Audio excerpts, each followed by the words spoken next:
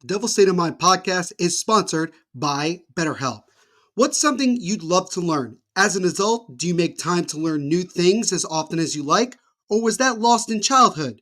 Kids are always learning and growing, but as adults, sometimes we lose that curiosity. What's something you like to learn? Gardening, a new language, or maybe how to finally beat your best friend in bowling? Therapy can help you reconnect with your sense of wonder because your back to school era can come at any stage.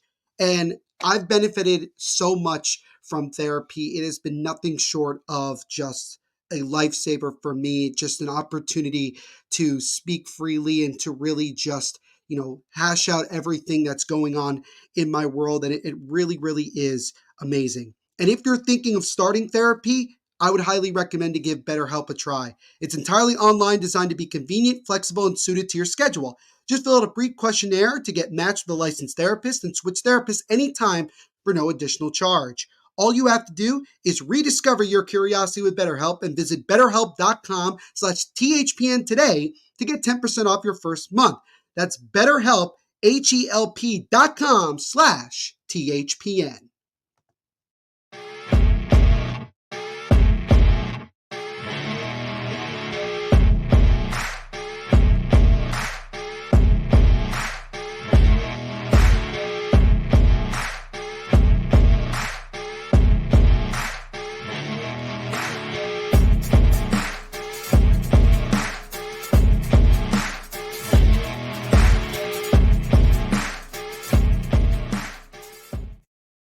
And what is going on, Devils fans? I hope you like that brand new intro that my good buddy Dylan Kaiser made for me. And welcome to another edition of the Devil State of Mind podcast, right here on the Hockey Podcast Network, as well as SportsWire Radio, the best place to get everything you need to know about your aforementioned New Jersey Devils. And as always, guys, thank you so much for taking time out of your day to check these episodes out. You already know that I greatly appreciate it. We are on to now episode 2 here of season 6. Training camp is officially underway. We just had day 2 earlier at the time of this recording, so the guys got their first chance to get on the ice, which is really, really exciting. A couple of guys were out. Obviously, Luke Hughes, who's recovering from his shoulder injury. Eric Holla was out due to being sick. And Brett Pesce is still recovering, although doing very well in his rehab from off-season surgery. Other than that, everybody was present except, obviously, Dawson Mercer, who is still yet to be signed. But according to Tom Fitzgerald, it sounds like a deal is on the verge of being made. So hopefully in the next couple of days, we finally get Dawson Mercer locked down and we can officially and fully move on to the 2024-25 season. And first preseason game will be this upcoming Sunday night at The Rock against the New York Islanders. Your boy will be in attendance. Really looking forward to seeing a lot of you guys there. Missed all of you, and I'm looking forward to seeing you guys there for that game and many games this upcoming year. As always, quickly shout out to all of our sponsors, SeatGeek, DraftKings, and also BetterHelp. And we do have some exciting news involving sponsorships coming up very, very soon, not just with Devil State of Mind, but also with the Hockey Podcast Network. We have our first guests of season 6 of the Devil State of Mind podcast. I've had the pleasure of being on their podcast a couple of times. They do a phenomenal job covering the National Hockey League as a whole. They're obviously also big-time Buffalo Sabres fans, so it kind of works out in that way since the Devils' first 2 games will be against Lindy Ruff and the Buffalo Sabres. But it is with great pleasure that we welcome on Zach and Preston from the Checking From Behind podcast. Gentlemen, welcome to the Devil State of Mind podcast. Good to see you both. How are you doing today, my friends? I'm doing good, hanging in there. Training camp is finally here for all 32 teams. I know it's just preseason hockey, but preseason hockey starts Saturday and Sunday. I'm excited to watch it, and then I'm sure like 2 days in, I'm gonna be just ready for regular season hockey. Yeah, no, thanks for having us on. That intro was sick, by the way. Really Thank cool. you. Really liked it. Yeah, I'm really excited for hockey to finally be starting. You know, I'm starting to see all the teams in training camp. I was going to be really excited for the upcoming season. I think it's going to be a great season. Yeah, and the excitement is just building with every single opportunity that we get to see players on the ice, see the content from Media Day, and so much more. And there's so many different, new faces in new places in a multitude of different ways, both the Devils and Sabres, obviously with new coaches, except, I guess you could say the Sabres have a new coach, but it's a coach that they've had before. So I don't know. Do we say that the Sabres have a new coach? Is that fair to say? Yeah. I say, yeah. I think this is a very different Lindy Ruff, I think, than the Sabres had 10 years ago. Listen, okay. I completely agree with that because 10, 15 years ago when he was the coach, I believe he was a coach from like 1996-ish to about 2013 when he got fired like 16 games in. It's a completely different era of hockey now. He played in the dead puck era. He played where goaltenders were at some of the best. Granted, you had Ovechkin, you had Crosby just entering their primes, you had Steven Stamkos who just got drafted, etc. Now you're at the age of there's no goons. There's not really like many line brawls anymore. I mean, we've seen a couple, right? Yeah. It's a speed and skill game, and Lindy Ruff has all of these boys working hard, doing push-ups, doing suicides. The second you go off sides, guess what? That group does push-ups. That energy's great. Well, we'll see. We'll see how long you guys enjoy that type of coaching before you start getting frustrated with him. But anyway, we're not here to talk about Lindy Ruff. Or well, we kind of have to keep talking about Lindy Ruff because I really want to start by getting both of your guys' opinions on how last season, in your eyes, went for the New Jersey Devils. I think for a lot of Devils fans, including myself, you would say that it was completely disappointing. You look at the expectations going into the year and all the hype, and it came crashing down. And really, the Devils got a massive wake-up call that maybe they were not as close to being a Stanley Cup contender as they thought. Maybe they peaked a little bit too quickly. It all depends on who you ask. So I'll start with Preston on this one again. Your thoughts on the Devils of 2023-24. So, yeah, obviously they were very hyped going into the season. There were a lot of people like sleeper Stanley Cup pick. Everyone, I thought they were going to have a deep run. I think the biggest couple things you could say about this team last year is goaltending was horrific all season. They waited way too long, too late in the year to make moves at the deadline to bring in a goalie. When they did bring in Jake Allen, it did get better, but at that point it was too late to save the season. And I think injuries also completely derailed their season last year. Losing Dougie Hamilton for almost all of last season is a huge, huge blow. I don't think people understand how important he is to that team. And losing him for what did he play? Like 5-6 games? I don't think he played that many. He played like the first 10, 15 games before late November. He got hurt in an overtime win over the Islanders. Yeah, and then obviously Jack Hughes missed some time with injuries. Nico Hischier. I don't think Lindy Ruff really handled the adversity well either. I remember a lot of people were getting really frustrated with Timo Meier and his production. And then obviously when Lindy gets fired and they move on from him, you see that uptick in production. Mm-hmm. I think this team is back on track now to have a really great 24-25 season. I think last year was the one positive you could say about, Dougie Hamilton going down is it made the younger players have to step on the blue line, specifically like Luke Hughes and Simon Nemec, which I think are going to be two studs for the Devils for a long time coming. And I think having to play in a little bit more of a bigger role than they were probably expecting to, I think does really help them with their development a lot. And now, obviously, they bring in Brett Pesce this year, and Dougie Hamilton's back. So I have pretty high expectations for this team going into this season. Yeah, so I'm going to bring up some stats that aren't going to be really By the way, Zach, surprising. in case you guys don't know, Zach is a big stats guy. Like I experienced this on their podcast. Zach always has stuff prepared to bring home his point. So I'm not going to include Nico Dawes and Akir Schmid because they only played 21 games for Nico and 19 for Schmid, respectively. I'm going to your goaltender point, by the way, Chris.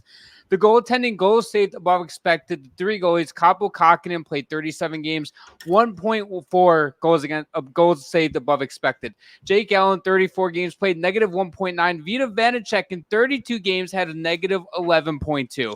Now, there's two things that you can mention with this. A, the goaltender play was very bad. Excuse me. Yes, Kaapo Kakkonen and Jake Allen, huge upgrades from Dawes, Schmid, and Vanacek, but a part of it also is the injuries that the Devils were decimated by. Listen, okay, I had Jack Hughes as my hard favorite after the first 12 to 15 games of the season. Preston was on that bandwagon too. Losing Dougie Hamilton, huge loss. Power play 1, a great puck moving defenseman. He is a leader in the locker room too. Now you have to thrust a rookie Luke Hughes at the time into that power play one quarterback, in which he struggled at times. Lindy Ruff voiced his frustration with the simple mistakes he'd make, and then you would have to throw Simone Nemec as a power play two quarterback. So you're throwing two young guys, two rookies into roles that they weren't really ready for. And then losing your captain on separate occasions kills the momentum. Even I know like when he had the concussion against the Sabres, he came back after that. Devils killed whoever they played. You want to know why? I think it's a captain thing. The Red Wings experienced the same thing with Larkin late in the season. They lost 8 straight. The first game he came back, they won like 3 straight. It's the captain effect. Jack Hughes, Timo Meier, Nico Hischier all suffered injuries. So if you can avoid the injury bug with your big stars, this team will be fine. In acquiring Jacob Markstrom, he was 7th in the entire National Hockey League in goals saved above expected. So yes, his base stats, his save percentage, goals against, his wins weren't great, but he was also coming from one of the worst defensive teams in the league in the Calgary Flames. So bringing him to improved blue line, and granted, Luke Hughes is out 6 to 8 weeks with the shoulder injury, and Brett Pesce is dealing with the injury. But even then, having the top 4 and Jonas Sagenthaler, you have Dougie Hamilton back, Simone Nemec, like you're still going to be in great shape. Brendan Dillon, so Jacob Markstrom behind that blue line will be perfectly fine. We could see him have a huge bounce back season from what he had in Calgary. And you mentioned the injuries. I think that's something that obviously is going to be continuously brought up when people talk about last season. If the Devils were even a smidgen more healthier than they actually were, they might have been in a playoff spot. And you look at, Preston, you bring up a good point about how the Devils bring over Jake Allen from Montreal. They bring in Kaapo Kähkönen over from San Jose. That tandem was the reason that the Devils were still in a playoff hunt until the second to last game of the season, because they both played very, very well. And obviously with Kaapo Kähkönen a little bit more, I think some Devils fans even were hoping that the Devils would find a way to keep him. But in this situation, when you're looking at trying to compete for a Stanley Cup, no disrespect to Kaapo Kähkönen, he's not really the guy you want to hang your hat on for 40 plus games going into this upcoming season. So as Zach mentioned, Devils did a lot of work this offseason. Tom Fitzgerald made it known that he wanted to, go star hunting when it came to, his goaltending. He wanted to improve this team from top to bottom. He started by hiring Sheldon Keefe as the head coach, who already seems to be very well liked by a lot of the Devils players. Granted, it's one practice, the first day of training camp, so you can't really say anything. Although I will say that William Nylander had a nice little remark about Sheldon Keefe after practice today when asked about playing center and if it's going to be a one-game thing or not. So, which I would highly recommend if you go check out. He had a little bit of words to say. So that October 10th game between the Devils and Maple Leafs at the Prudential Center is going to be action-packed TV. It's going to be must-watch for sure. But you add Sheldon Keefe, you bring in Jacob Markstrom, not having to give up a ton and taking on only $4 million for the next 2 seasons of his contract. You get Brett Pesce, you get Brendan Dillon, you bring back Stefan Nason, you trade for Paul Cotter, you bring in Jonathan Kovacevic as well, Tomas Tatar. I mean, the Devils, in Tom Fitzgerald's mind, he wanted to add some impact to every part of this team, from the forwards to the goaltending to the defense. And really, to me, I don't think you could ask for much more if you're the Devils and Tom Fitzgerald in terms of what he did. Yeah, I think the Devils had a really good offseason. Obviously, I think the biggest acquisition of the summer was obviously getting Jacob Markstrom, because that was their biggest need going into the season, was goaltending. And I think now with Jacob Markstrom and Allen, I know it's a bit of older tandem, but I think that's instantly one of the better tandems in the league. I think Jake Allen's one of the most reliable backups you can have in the league. And Jacob Markstrom was played pretty well on a really bad Flames team last year. And obviously he's going to a much better situation in New Jersey. And with the forward core that New Jersey has, they can score 4 or 5 goals a game. So with Markstrom, you really got your goals, 2 goals or less a game. You don't have to be amazing, because this team, I think, in front of them is good enough to make up for weaker, because they're used to playing with no goaltending. Because right. With Vanacek and Schmid and those guys, they were awful for the Devils. Right. I mean, it's kind of amazing they even made it to the second round a couple of years ago with that goaltending. I think that just speaks to volumes of the talent they have around it. And I think now they have like an actual starting goalie and a really great backup. Obviously, the other pieces they bring, I really like Brett Pesce. I think he's one of the more underrated defensemen in the league. Carolina, maybe you don't get as much attention there as you would in a bigger market. I really like bringing in Sheldon Keefe. I don't think Sheldon Keefe was ever really the problem in Toronto. I think the way that roster was constructed there, it was never going to work in the playoffs. Mm-hmm. And I think, I think Maple Leafs fans are going to be really mad this year because I think the Devils are probably going to make it further in the playoffs than the Leafs. I think they have a better roster. Obviously, they have to stay healthy because, like we said last year, like there's so many injuries. You never know what's going to happen, but with I really like their top six. I think Jesper Bratt is one of the most, I know that I'm going to use underrated a lot, but Jesper Bratt doesn't get enough love. That dude is like a point per game player. He's a stud. I remember when he signed that long-term contract, it was like, you're paying this guy this much. It's like, do you not know how good he is? Like, come on. He's a talented player, no doubt. And, the Brad Pack is definitely the biggest supporter in terms of pushing for Jesper Bratt to still get that hashtag going about Jesper Bratt being the most underrated player in the NHL. And I think he still is very much underrated because I think even now there's a lot of people in the main NHL media that don't look at him as much as they may look at Jack Hughes or Nico Hischier or Timo Meier or guys like that. And Jesper Bratt, people forget, he was one of the few guys that remained healthy all year. He played in all 82 games. He was reliable. He was available all the time. And that was a great season. He had 83 points. He was a point per game player. So he really stepped up despite all the injuries. Exactly. There is a reason why when I wrote my most recent article for us that Jesper Bratt was a player to watch because, listen, Jack Hughes is not my leading candidate, but I expect him to be top 5 in Hart Trophy voting. Timo Meier coming over from San Jose a couple trade deadlines ago, he's a big fish. You have Dougie Hamilton, and then here comes little fish in everybody else's mind, Jesper Bratt, but he's a big fish in the New Jersey Devils' eyes. Like this dude, he was a key contributor in last season, played all 82, still produced when Jack Hughes, Nico Hischier, and everybody else was out of the lineup. So it's not like he relies on these guys. He is a playmaker himself. He had 56 assists, I believe, last season as it is.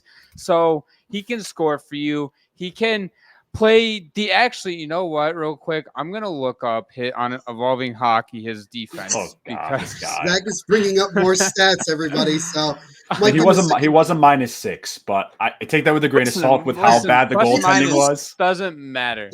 Yeah. And also, really quickly, as Zach is looking up, one thing I should mention about Timo Meier is that he also ended up finishing as the team's leading goal scorer last year. Yeah, they traded away Tyler Toffoli at the deadline when they couldn't get a deal done there. But Timo Meier, like Preston mentioned, Lindy Ruff gets fired, and Travis Green, to his credit, just let Timo Meier play the way that he's capable of playing. And as a result, you got to see the Timo Meier that we all grew accustomed to seeing when he was in San Jose. So going back to Jesper Bratt, he was in the overall percentile 95th in the entire league. That's elite numbers right there. I didn't expect that. 96 offense percentile. His defense is in the 26th percentile. Not great. However, though, his shorthanded defense, I know he's not a shorthanded guy in a small sample size. It is in the positives, but his even strength defense is -3 goals above replacement. So could be better, but that doesn't matter in my eyes when you're almost at the 100th percentile in offense. So yeah, you're not paying him to play defense. Right. You're paying him $8 million a year to put up 85 points a season, and which this season, I think he puts up 90 points. Like that's my take of the season. I don't think that's too high either, especially if Jack Hughes stays on the ice and Nico Hischier stays on the ice. He's playing with them too, playing on the power play 1. So there you go. Now, one forward that we need to talk about a little bit more, I did mention it before, is Dawson Mercer, because he's really the biggest question mark at this point in terms of a guy not being on the ice other than guys like Luke Hughes and Pesce, but that's more for them due to the fact that they're hurt. With Dawson Mercer, as of right now, he is still not signed. He is a restricted free agent, and there is some speculation. Frank Saravalli, I think, said it earlier this week that there might be a team or two that might throw out an offer sheet at the last minute to try to either get Dawson Mercer or to force the Devils' hand. Tom Fitzgerald spoke to the media earlier today saying that a deal is close and that they hope to get it done within the next couple of days. Should also mention that Dawson Mercer's agent is the well-known Pat Brisson, who is also the agent for Luke Hughes and one of the most respected agents in the NHL right now. I want to ask you guys both, what is the best contract from a bridge deal? Because it sounds like it's going to be a bridge deal for Dawson Mercer that you think would be fair for Dawson Mercer. I'll start with Zach on this one. If I'm the Devils, I go out and be like, listen, you can contribute to our lineup right now, but we want to see what you can do more in the lineup. I'm going to go probably a 3-year deal worth $2.5 million, $3 million most. And then if he shows up and he absolutely balls out, how old is he right now? He's 22. 22, He's yeah. 22. So that take him to his 25 age season. Balls out, give him a 5-year deal, 6-year deal if he can be a key contributor to the core. And if it doesn't work out, it doesn't work out. No harm, no foul, because right now the Devils don't need to pay another top guy. So handing out $3 million like that is fine. Yep. So I would give him that to play out third line minutes. Yeah, it's a bit of a tougher situation because he had a great first couple of years in the league, took a little bit of a step back last year. I'm going to be boring. I'm going to agree with Zach. I think a 2 to 3 year deal, like in the $2.5 million to $3 million range, is I think a fair deal for both sides. Like Mercer, you're getting a substantial raise. I think he's going to have more of a chance to contribute to the top half of the lineup, get more of a chance to play. I think this team's going to be they're going to push offense really hard. So he has a chance to maybe get to that 50, 60 point range that people probably expecting him to do last year. You take the bet on yourself, and then, 2 or 3 years down the road, if he's like playing like a top 6 forward, then you can get paid. You'll still be an RFA. Yeah. The Devils still have the negotiation, right? I think bridge deal, $2.5 million to $3 million range is kind of a no-brainer. Kind of frustrates me how sometimes these deals take forever to make with these RFAs, like Peyton Krebs in Buffalo. Like they didn't talk all summer, and then they just like, oh yeah, we'll pay you like $1.25 million. Lucas Raymond. It took you that. It took you that. Today. Yeah, like it took you that long to just negotiate that. Like, come on, like you couldn't have done that 2 months ago. Like, do you really have to wait right until the season's going to start? I know being a GM is not easy, and you want to hold your ground, but like sometimes these contracts are no brainers. You just got to get it done. I will say with Dawson Mercer, when everybody was healthy on the Devils, I know we keep bringing it back, the injuries, but they were decimated so bad last season. He was actually a really good player for them in 22-23 last season. Took a huge step back, was not good. His percentile got completely cut in half from 75th to 34th. So looking for him to bounce back in. The Devils, in their defense, could be looking at this and be like, your rookie season and last season didn't really produce much for us or play great hockey. 22-23, where it felt like everybody in the Devils was go, go, go, and everybody was playing so good. That's where he had his career season. So they could be using that as could be a one-hit wonder. We don't want to pay you as much as you're asking for. We want to pay you X amount of dollars. And Dawson Mercer's like, no, I think I'm worth this. I know what I can bring to the table. So I don't want to speculate anything because I'm not in the room. I'm not with Dawson Mercer, the Devils. So I'm going to leave it at that. But that's just my thinking.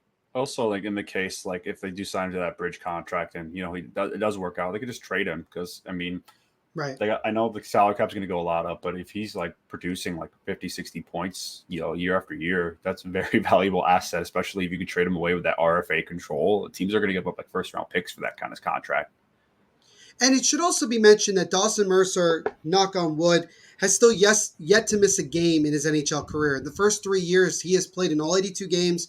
2 years ago, he played all 82 games, including the 2 rounds of the playoffs the Devils were in. So, the old saying goes, the best ability is availability. Mm-hmm. And Dawson Mercer, even in the down year that he had last year, really, really was available every game, was one of the few guys that were able to stay in the lineup and just find ways to keep themselves on the ice at all costs, which is very, very good. So I'm hopeful that in the next 2 or 3 days, or maybe even by the time you guys are checking out this episode, that Dawson Mercer will be under contract. And I know that the reporters in New Jersey were trying to get, guys like Heischer and Hughes and Bratt and other guys to kind of get their thoughts on the whole Mercer situation. And really, they just handled it as well as you could. They said that they obviously love Dawson. They know how much he's impactful to this team, but they can't control what they can't control. And all they can do is focus on the guys that they have that are playing right now and go from there. So that's kind of the big thing that we're still kind of waiting on in terms of uncertainty. So that brings me to kind of like the second to last thing I want to get to you guys here today. And we'll start with this. This is kind of a two-parter for both of you. What is the biggest thing that Devils fans should be worried about going into this season? We'll start with Preston. That's a tough one. I think overhype might be one thing. I think a lot of people are hyping up the Devils this year. Obviously, Do you think it's more than it was last year? I don't know. To say? That's tough to say. I mean, they were really hyped going into last year. I mean, like, last year was a huge disappointment. I think the biggest thing is it's really fun to get buy into the hype, but it's a new coach. It's probably a new system.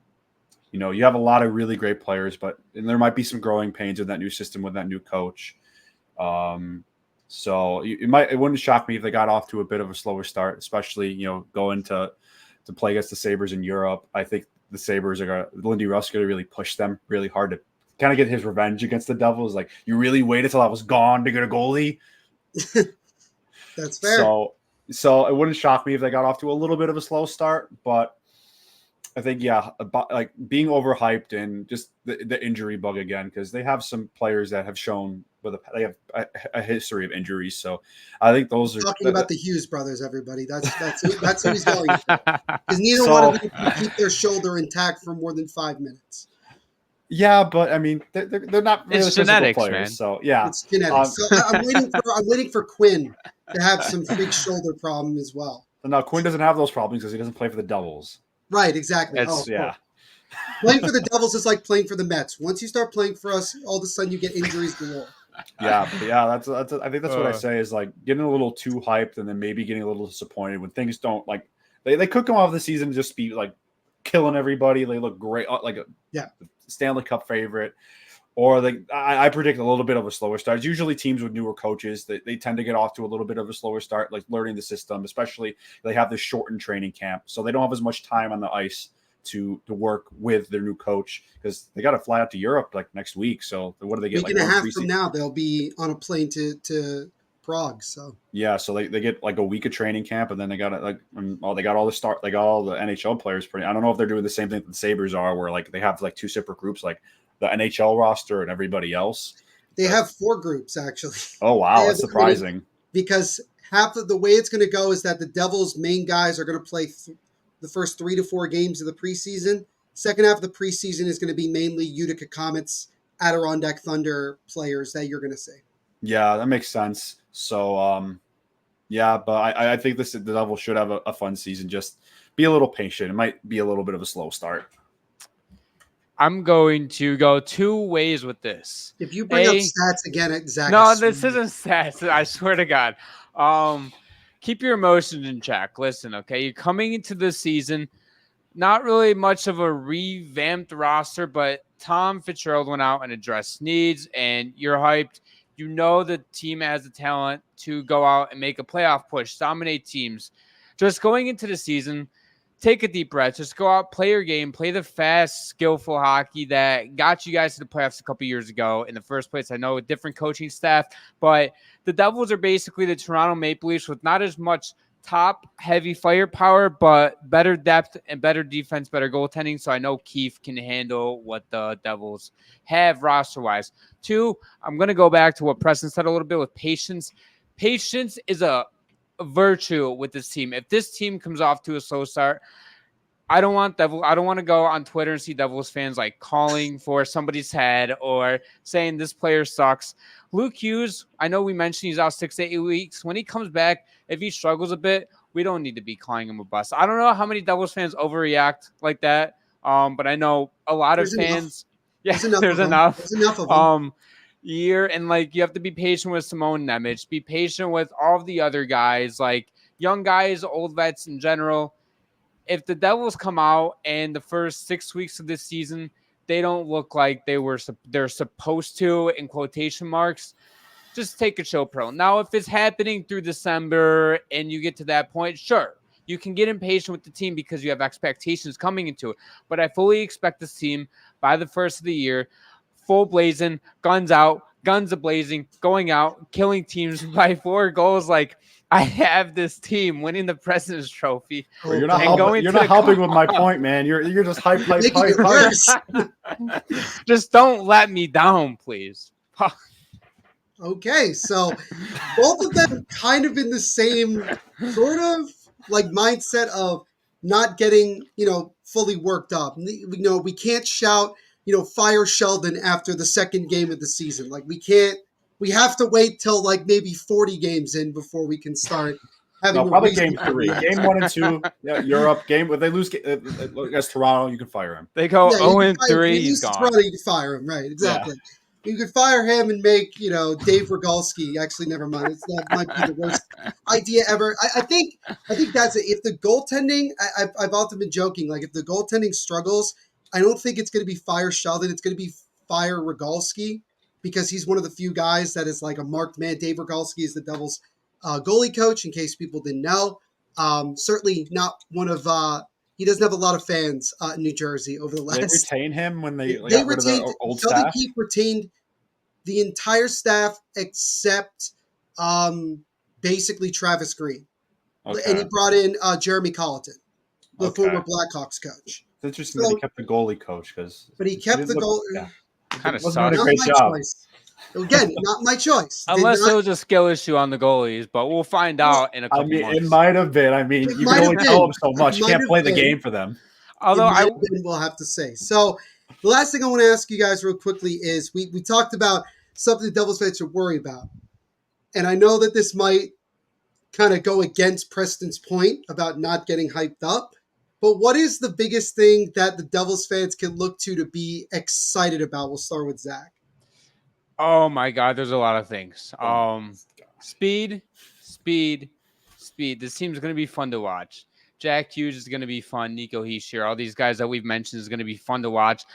But I would be most excited about the goaltending. Listen, there could be a world where offensively this team gets off to a slower start, but then you have Jacob Markstrom and Jake Allen holding it down back there. And if that happens, man, I don't know who's stopping this team. Genuinely. Yeah, that's a good point. Yeah, because if they could find ways, like if they could rely on their goalie to win games, this team's going to be scary. For sure. For sure. I think that's probably the biggest thing that most people are going to be looking at once the season gets underway for the Devils is what does Jacob Markstrom look like? You can't say that as much about Jake Allen because Devils fans have already seen what Jake Allen can be and what he can do. And there are times where Jake Allen can steal you a game. He did that numerous times. I can think of one game in particular down the stretch where the Devils were in Dallas and he made something like 45 saves and the Devils ended up cruising to a win over the Dallas Stars in Dallas. And it was just kind of one of those games where it was like, wow, like Jake Allen really, really is playing above the level that I think people expected him to. But I think also it's just kind of the high of being like the number one guy again for the first time. I think for him in like 5 years, he was really like the number one guy for a team. But yeah, I think the goaltending is really going to be exciting because look at the difference of 365 days ago to now. Last year, you had Vitek Vanacek and Akira Schmidt as your starting tandem. This year, you have a completely new tandem in Jacob Markstrom and Jake Allen. So it's going to be really, really interesting. And like Zach mentioned, guys, there's a lot of different things to be excited about. You can pick whichever one, and you would make a valid point to that. So I think bottom line, I think all of us can really say that it's an exciting time for the New Jersey Devils, and it's going to be about taking it one step at a time and not necessarily focusing on necessarily getting off to a fast start, although you'll certainly take it, but to play their game, be consistent, and just get into the playoffs and go from there. I think that's the first really kind of step with that. And gentlemen, this was great. I'm so happy I got to get you both on. Again, just to let you guys know, I'm a big fan of what Zach and Preston do. They are so consistent with their NHL content. They do a phenomenal job with clips, with podcasting work, with just posts in general. They do a spectacular job. And I will just finish up by saying this. Zach, going off of one of your recent episodes, your guys' recent episodes, I do agree that the Metropolitan Division is one of, if not the toughest division in the NHL. Preston, I understand it. It's very top heavy. I get it. But I think it's going to be a lot more competitive this year than we may actually believe. That's the way that Capitals are going to the playoffs. Okay. Dude, you're wild. Yeah. No, I think the Metro is fun. I still think the Atlantic's the toughest division top to bottom. I think there's only like one or two really bad teams in that division. But no, the Metro is going to be really fun, especially the top. You Buffalo's have the not one of Rangers. those two teams, right? Oh, the bad teams in the Atlantic? Yes. I don't know. We'll see it. We'll see after week 2 of the season. Week two, two all right. is crazy. Week two is see. That's what I'm saying, right? With Buffalo, it's give it 2 weeks and we'll see where the boys Look, are at. man, I've cheered for them my whole life. They haven't made the playoffs since I was 13. Man, I know when I see bad hockey. I know a bad team when I see one. Fair enough. And also, really quickly, again with the Sabres, congratulations to Kyle Oposo, who announced his retirement from the NHL after 17 season, former New York Islander, and obviously Buffalo Sabre, and most recently with the Florida Panthers, finally winning his first Stanley Cup. And shout out to 100-year-old Jaromir Jagr for finally deciding that there's life after hockey, as he is going to retire after this most recent season playing in God knows where at this point, because I think he's playing in Czechia. He owns a team in Czech, and he owns the team and plays for them, and he's 100 years old. But former New Jersey Devil, played for like what feels like the entire NHL at one point in his career. But yeah, no, it's actually kind of a relief that Jagr's finally deciding that he's. Talking about Jagr, I just have a quick question for you. Do you agree with like the Hall of Fame committee pushing his eligibility back because he played like a few games every year for that Czech team, or do you think that's BS? Because I think he should be in the Hall of Fame already. Personally, I think it's BS. I think they should just he's been out of the league long enough. Just it's the Pro Hockey Hall of Fame. Just put him in. It's not that difficult. Just put him in and get it over with. Yeah, I mean, what do they have to wait 5 years before you can get in? You have to normally wait. There has only been 2 times in NHL history where they exempt the 5-year window. And you guys can play along listening to this podcast episode. Do you guys know the 2 players that I'm talking about? I have a feeling I know one of them. All right. Well, who's one of them? Wayne Gretzky. That's one. Okay. That's the most obvious choice of all time, though. But the other one is it's somewhat obvious, but then kind of not. So. Did he play for the Canadians at all by chance? No. Okay. What? Gotta get like an era? I'll give you. All right. The era, let's go with early 90s. Early 90s. What is it? Did he play with Wayne Gretzky? Yeah, in international competition. Oh, shit. We can curse on you. It's fine. You don't have to. Yeah, I don't know. Zach, you want to give it a shot? I was gonna say Curry, but Curry played on the Oilers with Gretzky, so I have no clue. Do you want to just take a guess? Canadian player 90s. I mean, there's a lot of them. Hall of Famer, obviously. Yeah. One of. I feel like if I give you too much, you guys are gonna. Wait. What nationality was Lemieux? Was he Canadian? Yes. Well, it's Mario Lemieux then. Yeah. It is Mario Lemieux. Well done. Good job, Zach. Yeah. Thank you. So Wayne Gretzky, I was Mario overthinking Lemieux. that. Mario Lemieux got inducted 3 months after he retired. The first time.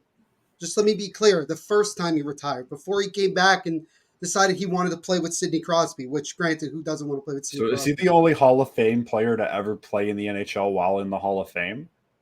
I think he might be. I actually don't have the answer to that. I mean, I feel like that he has to be the only one. He probably is the only one now that I think about it. Yeah, because you have to wait 5 years to get inducted, and he got the 3 months. And yeah, I think that he'd have to be the only one. Also, I will wrap up by saying Zach's pipe dream of the New Jersey Devils going after Sidney Crosby has died after Crosby signed an extension in Pittsburgh. Sorry, Zach. That was never going to happen. I love that. Which he put out that tweet. I'm just being honest. He put out, one of you, I'm pretty sure it was Zach, put out that tweet and sent that on Twitter. I was on the Colorado train. I would have loved to see him and McKinnon. I think he's been on the Colorado train for 5 years. It was just a matter of time. So, that's great. Guys, this was great. I had an absolute blast talking to both of you. You guys, again, continue to do an amazing job. But before I let y'all go, I do this with all my guests. I like to roll out the red carpet and let the folks here on YouTube and also wherever you're listening to podcasts just kind of find out where you guys are on social media, where they can find the podcast, as well as the brand new mailing list that you guys got going on. So the floor is yours, my friends. Yeah, so you can find us on Spotify, YouTube, and Apple Podcasts, Checking From Behind, Instagram and TikTok, and X2. Again, Checking From Behind, as well as if you guys are interested in up-to-date NHL news, rumors, trades, hot topics, all of it NHL covered, head over to our YouTube. There's going to be a link in the description, and you guys can, for free, subscribe to our newsletter. Awesome. And I already subscribed to it. So I got I appreciate your it. guys Thank you. first. Thank you. I got you guys first thing, and looking forward to much more content from you guys. But again, Preston, Zach, thank you guys both so much. And we will definitely have you guys on the podcast again later on this season. But thank you for your time today. Yeah, thanks for having us. We It was a appreciate blast. you. Yeah. NFL Week 1 is here, and a new season means new ways to get in on the action at DraftKings Sportsbook, an official sports betting partner of the NFL. Ready to place your bet? Try betting on something simple like picking a player to score a touchdown. Or if you just want to pick who wins and who loses, you can absolutely do that as well. And you can score big with DraftKings Sportsbook, the best place to bet touchdowns. Download the DraftKings Sportsbook app and use code THPN. That's code THPN for new customers to get $250 in bonus bets when you bet just $5 and get 1 month of NFL Plus Premium on us. Only at DraftKings Sportsbook. The crown is yours. Gambling problem? Call 1-800-GAMBLER. In New York, call 877-8-HOPE-NY or text HOPE-NY to 467-369. In Connecticut, help is available for gambling problem. Call 888-789-7777 or visit ccpg.org. Please play responsibly on behalf of Boot Hill Casino and Resort in Kansas. 21 plus age eligibility varies by jurisdiction. Void in New Hampshire, Oregon, and Ontario. Bonus bets expire 168 hours after issuance. For additional terms and responsible gambling resources, see dkng.com/football. NFL Plus Premium offer available only to new and former NFL Plus subscribers. Additional NFL Plus Premium terms at nfl.com/terms.